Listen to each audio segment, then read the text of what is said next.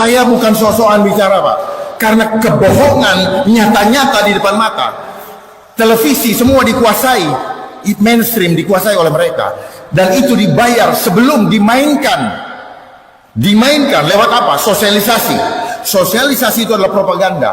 Supaya apa? Tertanam di alam bawah sadar, psikologi intelijen, bahwa nanti akan terjadi begini-begini. Sebenarnya, mereka yang bicara itu, mereka bagian daripada panitianya. Karena ini adalah konsep event organizer, konsep industri.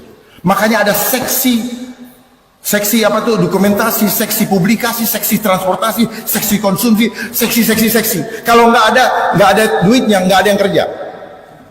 Mana ada manusia mengejar manusia? Tapi saya maklum, kenapa ini terjadi? Karena konsep homo hominid lupus, Pak Profesor, yang disampaikan oleh Thomas Hobbes, filsuf Inggris. Inilah konsep kenapa kita jadi worker. Manusia menjadi serigala bagi manusia yang lain. Apalagi dengan undang-undang kesehatan yang muncul yang baru ini. Manusia, ini adalah undang-undang kejahatan kemanusiaan yang mengkudeta otoritas Tuhan di dalam diri manusia. Tuhan tidak ada lagi. Karena memang konsep dia adalah konsep Dajjal yang ingin menarik kita no left behind. Makanya mereka bikin omnibus law, no left behind, vacuum cleaner, semua diangkat, nggak boleh ingat Tuhan. Makanya bisnis juga dari bahasa Inggris itu busy being under Satan yoke. Kita selalu dibuat sibuk, tetapi jangan pernah kau punya waktu untuk cari Tuhan. Apa yang Ibu sampaikan tadi mengenai kelompok pelangi yang Bapak sampaikan tadi, Pak Laksamana, kelompok pelangi itu sudah diprogram sejak TK. Sadar tidak, gurunya semua perempuan. Sehingga yang laki menjadi kelaki-lakian, yang wanita melihat gurunya adalah sosok yang tangguh. Dia pulang ke rumah, bapaknya masih cari duit, dia nggak ketemu bapaknya. Dia lihat ibunya selalu menjadi sosok pelindung bagi dia, sehingga yang wanita menjadi kelaki-lakian. Ini adalah permainan psikologi, Pak. Permainan alam bawah sadar. Terus juga kemudian muncullah namanya emansipasi wanita lewat hak asasi manusia. Paham tidak udang di balik batunya? Udang di balik batunya adalah anak dijauhkan dari ibunya. Sadar atau tidak, lewat kesulitan ekonomi, kesulitan apa, sehingga ini menjadi naskah akademik, menjadi alasan pembenar. Termasuk membuat undang-undang selalu menggunakan naskah akademik, bukan? Untuk pembenaran tentang apa yang niat udang di balik batu daripada apa yang. Jadi semua program-program yang ada selalu berbicara yang muluk-muluk. Tapi maksud dibalik itu justru kebalikan daripada kemulukan itu. Mau mengentaskan kemiskinan, tapi tujuannya adalah membuat semakin miskin. Dan akhirnya ini adalah pengkondisian. Jadi apa yang terjadi di antara kita selama ini adalah pengkondisian lewat protokol. Protokol itu maknanya apa? Protokol itu maknanya apa? Rekayasa. Itu namanya pengkondisian. Nah, yang terjadi di antara kita, karakter, keadaan, ekonomi dan semua itu terkondisi. Ini yang disebut by design. Ya. Makanya banyak orang kebingungan. Kita hanya selalu lihat dampaknya. Kayak pemadam kebakaran, kok bisa begini, kok dia begitu, kok gitu. Akar masalahnya dong cari. Jadi akar masalah saat ini adalah ketika Undang-Undang Dasar 45 di amandemen tahun 2022 itu menjadi pintu masuk lahirnya perundang-undangan yang menguntungkan global, tetapi terus dilaksanakan. Kenapa? Karena mereka tahu kelemahan kita adalah apa? Ketamakan. Mereka memberikan dana yang begitu besar untuk bangsa ini, untuk memuluskan dia punya agenda. Dan program-program Bapak perhatikan, setiap pergantian presiden selalu terjadi perubahan nomenklatur kementerian. sadar tidak? Berubah-ubah, dimulai dari Kominfo, merubah ini. Tujuannya apa? Mereka mau mendesain, memanipulasi ruang media sosial. Mereka yang mengontrol. Makanya hilangnya post-truth, hilangnya kebenaran. Semua harus berdasarkan kebenaran tunggal. Yang benar akan dibilang hoax. Tapi kalau sesuai dengan agenda mereka, itulah kebenaran. Makanya adanya seperti Kominfo, Kemenpan RB, ya. Saya beritahu aja.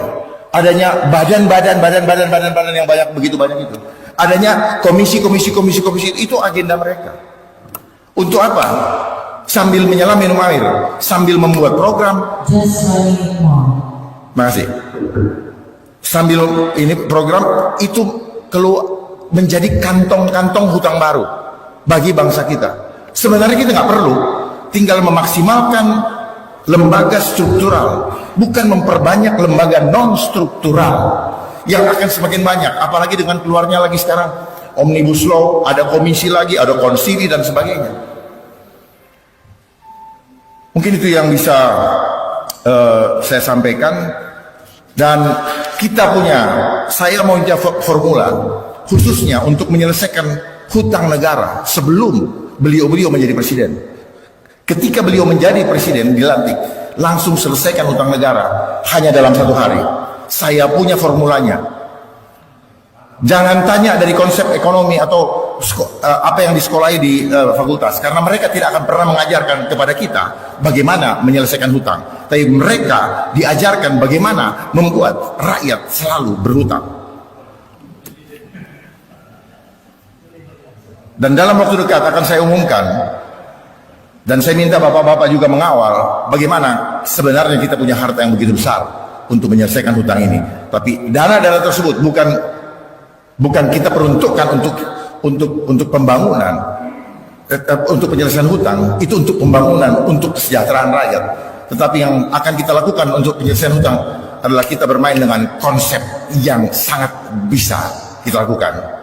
Asal negara mempunyai political will yang sungguh-sungguh ingin menyelesaikan hutang untuk mengembalikan kedaulatan rakyat sebagai pemegang tertinggi di bangsa ini. Wabillahi taufiq wal hidayah. Assalamualaikum warahmatullahi wabarakatuh.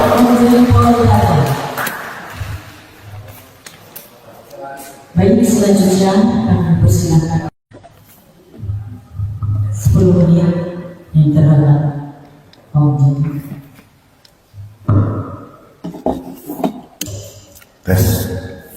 Assalamualaikum warahmatullahi wabarakatuh. Shalom, salam sejahtera bagi kita semua. Om Swastiastu, nama budaya, salam kebajikan, salam Pancasila. Merdeka! Merdeka! Merdeka! Mari kita bersama-sama mengucapkan puji syukur kepada Tuhan Yang Maha Kuasa atas anugerah dan karunia-Nya sehingga pada hari ini kita masih bisa hadir dan duduk bersama di sini menjelang tanggal 17 Agustus sebagai peringatan hari di mana bangsa Indonesia telah memproklamirkan kemerdekaannya. Namun saat ini dari apa yang Bapak-bapak sampaikan tadi, kita merasakan bahwa sangat jauh dari api dari panggang, dan itu sangat kita rasakan. Tadinya saya mempersiapkan agak resmi, tapi karena Bapak-bapak tadi saya lihat tanpa teks, maka saya juga mengurungkan membacanya. Apa yang terjadi kepada bangsa ini itu dimulai dari apa yang Bapak sampaikan tadi, Astagatra, Pak. Ya, seolah-olah itu adalah konsep yang baik untuk bangsa kita sebagai konsep ketahanan nasional. Tetapi ternyata udang di balik batunya, lewat Astagatra mereka ingin menguasai 3 gatra, Trigatra, dengan memainkan Pancagatra, Pak. Ya, Ipolexosbud, karena apa yang terjadi di bangsa kita ini adalah konsep intelijen. Buat masalah, ciptakan reaksi, dan berikan solusi. Mohon maaf, saya dulunya juga berpikir bahwa semua itu bagus. Memang istilahnya Astagatra, tetapi ternyata itu adalah istilah yang di endorse atau di dropping cuman diganti dengan istilah lokal, bahkan menggunakan frasa Sanskerta. Jadi mereka ingin menguasai geografi, demografi, dan kekayaan alam. Yang dimainkan adalah Ipolexos Budhankam dan hukum tentunya. Apa yang terjadi sekarang ini adalah desain yang protokolnya sudah disiapkan jauh-jauh hari, Pak. Kita pikir kita adalah bangsa yang merdeka. Enggak, ternyata. Secara de jure kita diakui oleh United Nations. Tetapi secara de facto kita ada dalam penjajahan neokolonialisme. Saya akan bisa uraikan semuanya, Pak. Jadi anggaran-anggaran yang diterima oleh pemerintah, oleh setiap negara di bawah UN, itu anggaran yang diperuntukkan untuk mewujudkan sistem, mewujudkan programnya dengan membangun sistem melalui konstitusi. Sehingga lihat sekarang apa yang terjadi. Semua perundang-undangan, terutama sejak lahirnya Undang-Undang Dasar 1945 yang diamandemen tahun 2002 merupakan tadi karpet merah bagi elit global untuk menguasai bangsa ini dengan permainan dari United Nations. Makanya lihat semua underbawnya, UNESCO, UNICEF. Tadi Bapak bicara mengenai pendidikan, UNESCO itu yang memainkan kurikulum di bangsa ini. Kalau tadi bicara belajar merdeka, bukan belajar merdeka. Sebenarnya apa? Apa yang terjadi dengan mindset kita sehingga pemikiran kita selalu melihat kepada dampak. Tidak pernah kita bicarakan akarnya apa? Akarnya sejak Bapak duduk di SD. Sistem edukasi ini adalah doktrinasi. Pikiran kita diseragamkan semua. Kurikulumnya seragam. Yang ngajar juga nggak tahu apa yang diajar kepada kita itu benar atau tidak. Sadar nggak? Kalau kita bilang kita ini bangsa yang terjajah, kita merasa terintimidasi, kita inferior, itu diciptakan, itu adalah intelligent psychology. Sadar nggak? Itulah permainan alam bawah sadar, makanya kita nggak pernah sadar. Termasuk apa yang disampaikan Bu Tifa. Apa yang terjadi sejak 3 tahun belakangan ini, itu desain yang sebenarnya yang apa disampaikan Bu Tifa itu 1000% betul. Ini receh, permainan mindset. Ini adalah pertarungan opini. Karena mereka menguasai media, kita berpikir kalau media sudah berbicara, itu adalah kebenaran. Tidak, itu adalah kebohongan yang diciptakan. Hanya mereka tidak pernah berani untuk berdiskusi terbuka tentang hal itu. Mereka kuasai kita dengan perundang-undangan yang lolos karena adanya amandemen Undang-Undang 2002. Saya siap untuk berdiskusi dengan seluruh anak bangsa di sini untuk menyelamatkan bangsa ini. Persoalan di bangsa ini, pemilihan presiden yang akan datang. Kalau beliau-beliau tidak bisa menyelesaikan hutang sebelum membuat program, maka jangan dipilih. Karena persoalan kita bukan programnya bagus, tetapi hutang menjadi isu utama persoalan bangsa ini. Yang membuat rakyat harus membayar pajak tinggi. Apalagi setelah 3 tahun ini pekerjaan menjadi semakin sulit. Karena memang sengaja dibikin sulit. Mari kita bongkar. Kalau memang kita cinta bangsa. Jangan cuma berbicara dari definisi dan menggunakan footnote dari barat. Pemikiran-pemikiran orang yang menurut mereka pintar, ternyata hanya berdasarkan referensi buku-buku menurut orang-orang yang dari luar. Makanya pemikirannya selalu meniru apa yang disampaikan oleh Profesor Yudi Latif tadi. Meniru. Makanya orang dapat ijazah, orang bikin skripsi pasti ada footnote. Jadi kenapa kita permainan psikologi kita dibikin seolah-olah bangga dengan gelar kita, padahal gelar itu sebenarnya mendungu-dungukan kita. Karena ketika kita bicara tentang logos, itu asal katanya apa dari Yunani, itu artinya apa? Dungu. Jadi apa yang disampaikan oleh Bapak Rocky Gerung sebenarnya tepat sekali. Itu kan industri. Ini industri, Pak. Pendidikan itu industri. Coba Bapak lihat. Makin kaya itu semua. Dan yang punya rata-rata yayasan. Dan yayasan itu adalah tempat menyimpan money laundering. Tetapi mereka menjadi filantropi yang seolah-olah mengasihi manusia. Tapi sebenarnya mereka adalah monster. Bapak cek semua filantropi di Indonesia. Mereka punya rumah sakit, mereka punya sekolah. Cek angka 9 itu yang disebut-sebut selama ini. Mereka punya yayasan. Karena apa? Mereka mau menghindari pajak. Dan ini dimulai dari tahun 1902 oleh Rockefeller. Termasuk sistem edukasi yang terjadi sekarang, yang membuat termasuk yang Merdeka Belajar dan sebagainya, itu adalah dibuat oleh Rockefeller Foundation.